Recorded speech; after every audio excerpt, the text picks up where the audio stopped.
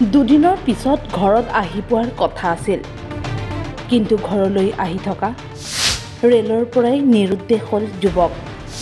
পুত্ৰক বিচাৰি মাতৃৰ কান্দোন। হায়দৰাবাদৰ পৰা বাক্সাৰ সৰুগাঁঠিৰ ঘৰখনলৈ আহি আছিল গৌতম দাস। কিন্তু বুধবাৰে পুৱা হঠাৎ ককায়েকলৈ ফোন কৰি জনায় যে কোনো কাৰণত ৰেলখনৰ পৰা আধাতেই নামি দিলে গৌতম।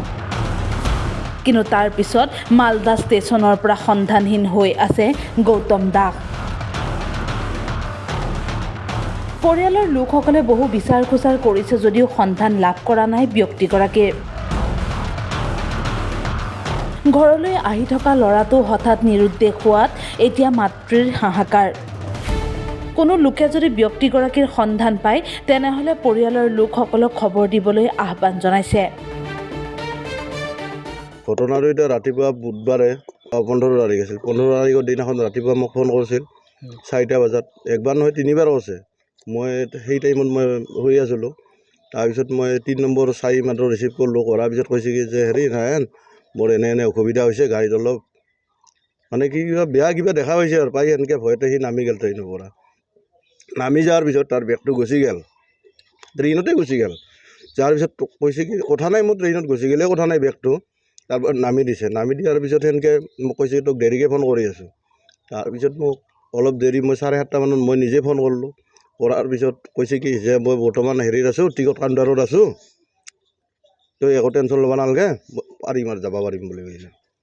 তাৰপিছৰ পৰা আহি ইয়াতে কিবা কিবি কৰাই গ'ল, থানাতো গ'ল।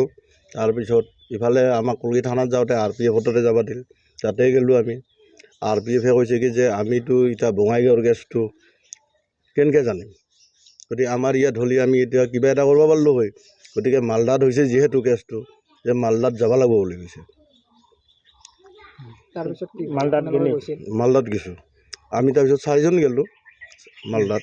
4জন যাই তাতে আমি ডাইৰেক্ট RPFৰ হেৰিত গ'লোঁ, অফিচত যাই তাতে যে সুধিলোঁ যে ছাৰ এনেকৈ ল'ৰা এটা আহিছিল হায়দৰাবাদৰ পৰা, তাতে যিহেতু কৰ্মৰত আছিল।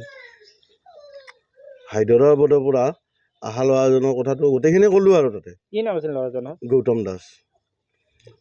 তাৰপিছত কৈছে কি যে হেৰি তোমালোকে বিশ্বাস নকৰিব পাৰা, ফটো চটো লৈ আনছা না নাই। আনি ফটো চটো লৈছে, লৈ নাম চাম লৈছে, এড্ৰেছ লৈছে, কণ্টেক্ট নম্বৰ লৈছে। লৈ কিনে কৈছে কি যে মই এইটো গ্ৰুপত দিম, আমাৰ গ্ৰুপত দিলে ইয়াতে পুলিচ প্ৰশাসন গোটেই পাব। তাৰপিছত মানে আমাৰো মানে অলপ মনত বেয়া লাগি আছে যে এইটো নহয়, আমি থানাত যাবই লাগিব। তাৰপিছত নেক্সট টাইম আমি থানাত গ'লোঁ। থানাত যে এনেকৈ SI মেডামক আমি ক'লোঁ কথাটো।